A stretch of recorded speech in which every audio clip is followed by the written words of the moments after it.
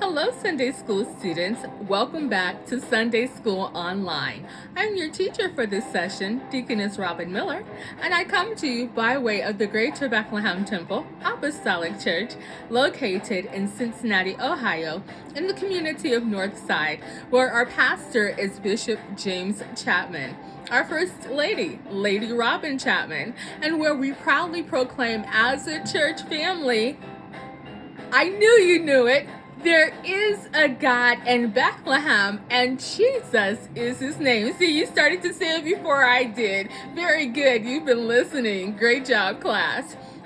So if your family and your friends haven't joined you yet, you know what's coming. I'm going to go ahead and do our announcements so folks have time to join us. So if you haven't reached out to them, text them, call them, what do they call them? Beep them, Instagram them, send them a message through Facebook. Let them know that Sunday School Online is taking place.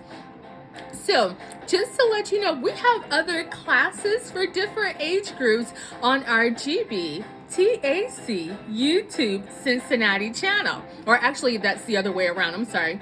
GB TAC Cincinnati YouTube channel. And on there, we have classes for our younger children where Sister Casey Fisher is taking our children on an adventure. We have Sister Teray Deloach teaching our intermediate classes where she is putting something on our children's mind. We have Sister Charlene Davis and Sister Sonia Wilson teaching our teen classes and challenging them to know the word for themselves. We have our adult classes that take place every Sunday morning as the Lord allows at 9:00 a.m. on our telechurch platform. So we encourage you to visit our website, gbtac.org, so that you can get that information and join us for our adult classes. And while you're there, take a look at the auxiliaries, the ministries, what we offer as a church community, and more importantly, also look at our prayer line.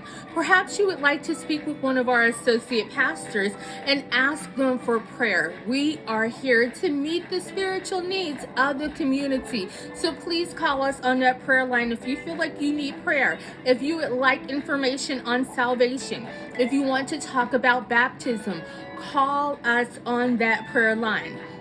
Maybe you've been stopping by the temple and you consider yourself a virtual member.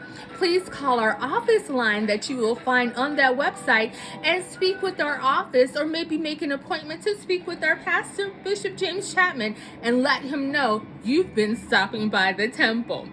Along with that, you'll also see our food pantry. We are open, and also we're back to in-person services on Sunday morning. Woo! So when you look at that website, also look at it to see that we're following COVID practices, wearing our masks, doing hand sanitization, distancing at least 6 feet apart, so that we're protecting and respecting one another during this time as we go through this process of healing of our nation, of our global community through COVID-19. So I think that's all, with one exception. I want to let you know you are cordially invited to join us at the temple.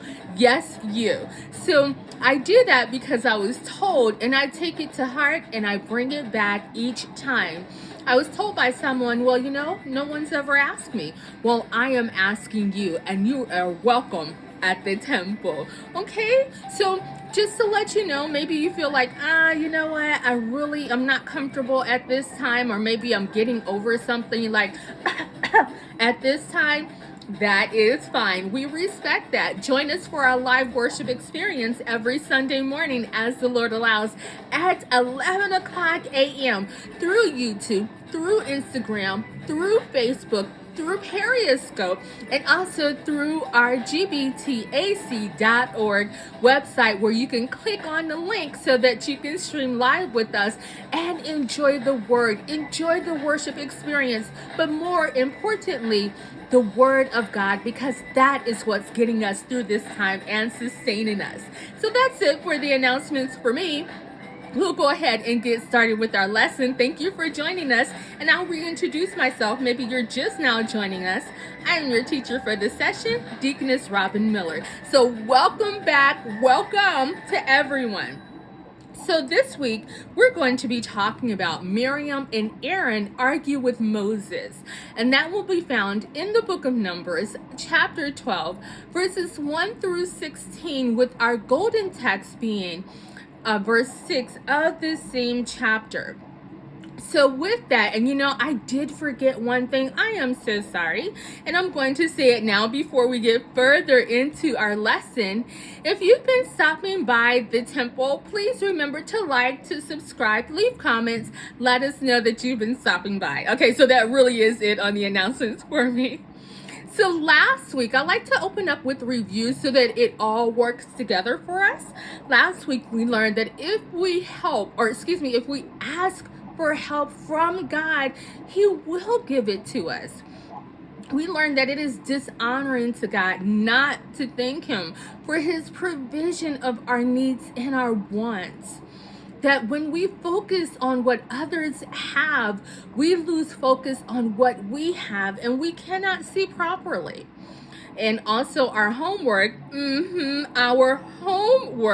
was to read Acts chapter 2, the entire chapter, so that we can see the correlation in our lesson, how God moved from having His Spirit rest upon His people, to giving us the gift of Himself and His Spirit inhabiting on the inside of His people, just for us accepting and asking. So that's what we went over last week. And again, our title this week is Miriam and Aaron argue with Moses.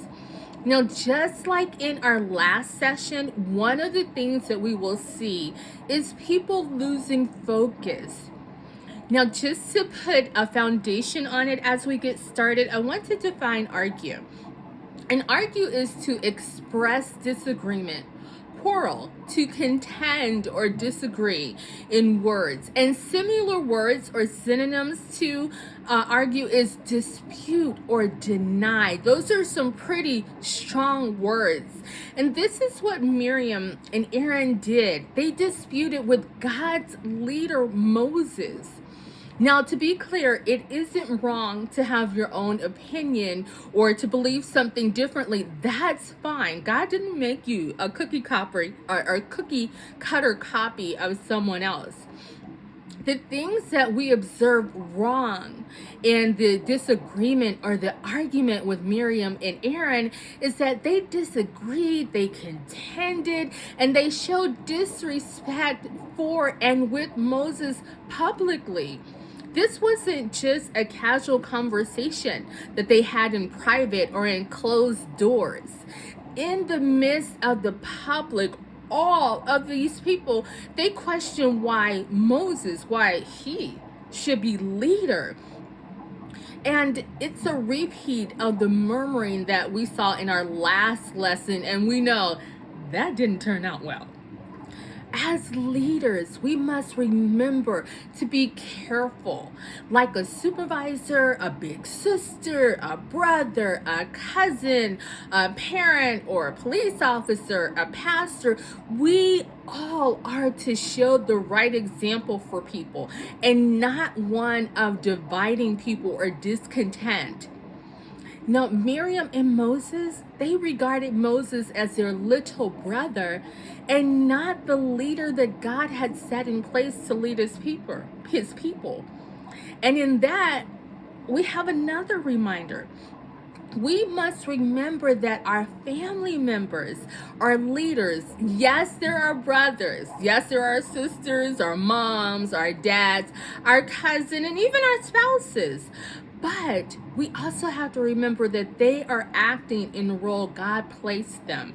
And we must remember to respect that role, to respect that position. And we cannot express a familiarity or just being casual all the time with them. We have to remember that there is a line, there is a role, and we back away from that line.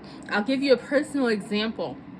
There are times that I've spoken with my mom. My mom is considered to be a mother in the church. She's a senior person, and she's also considered to be in ministry. She has a leadership role.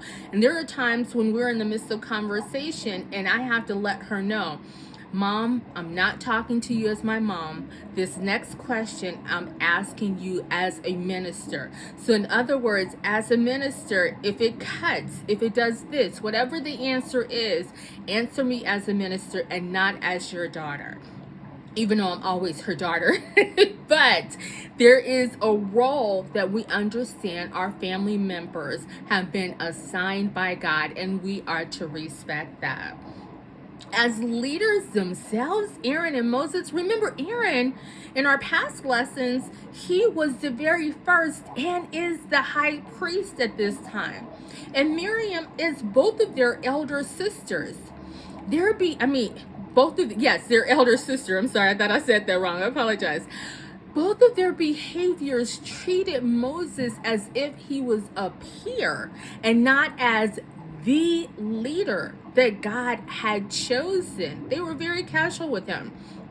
Now, in verses 1 through 2, we see their discontent along with the actual reason they were arguing with Moses. So they kind of cloaked their anger and their discontent behind another reason. They were unhappy with one of Moses' choices.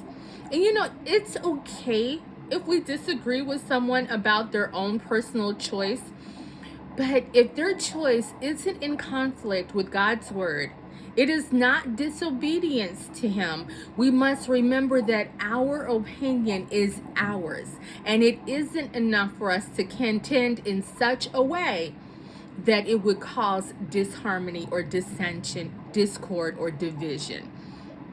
God established the hierarchy of rule of governance. We have parents and children. We have older siblings, younger siblings.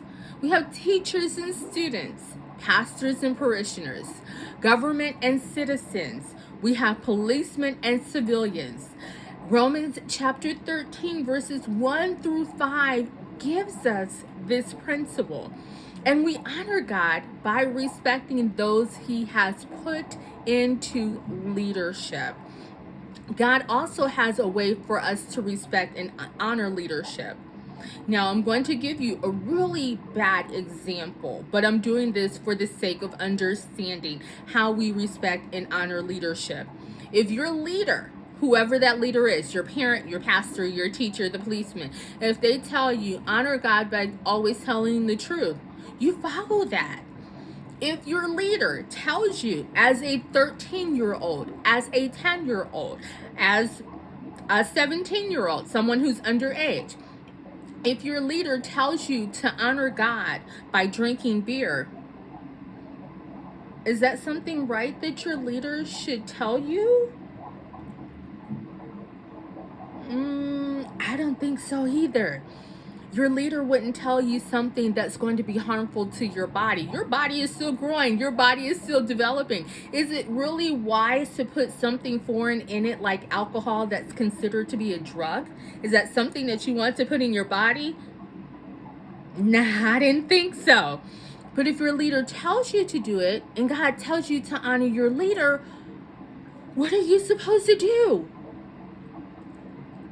Very good. I like that answer. Thank you. Is it okay if I say it louder for the class? Oh, good. So you go to someone else that's a leader that you trust, and you let them know that someone else is telling you to do something wrong and you need help.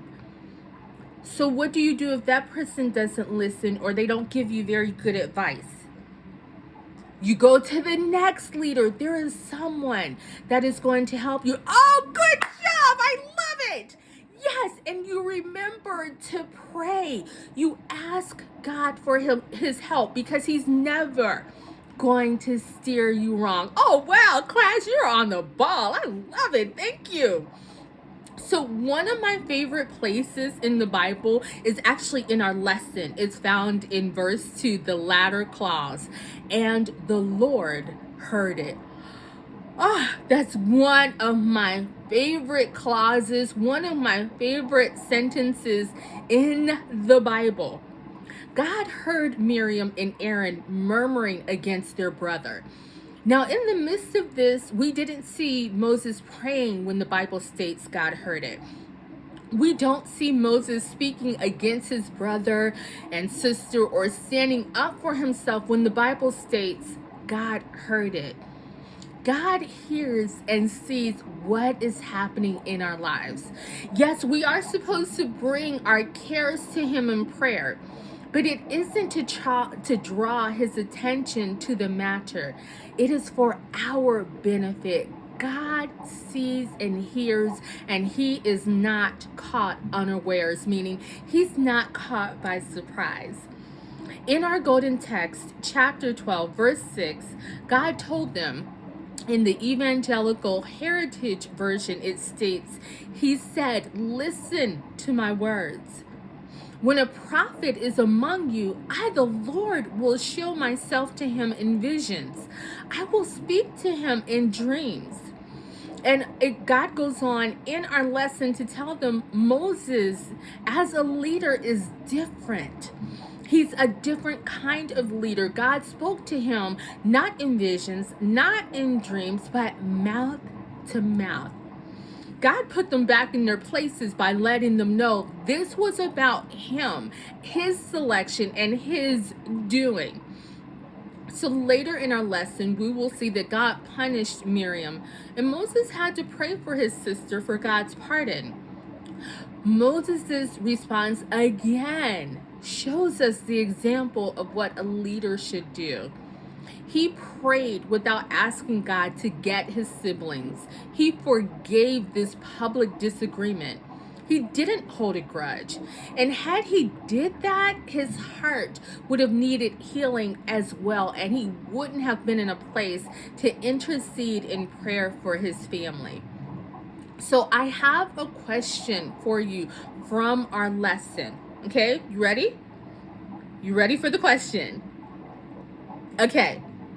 Could you pray for someone who betrayed you, even if it was a family member, someone you trusted, or someone you knew?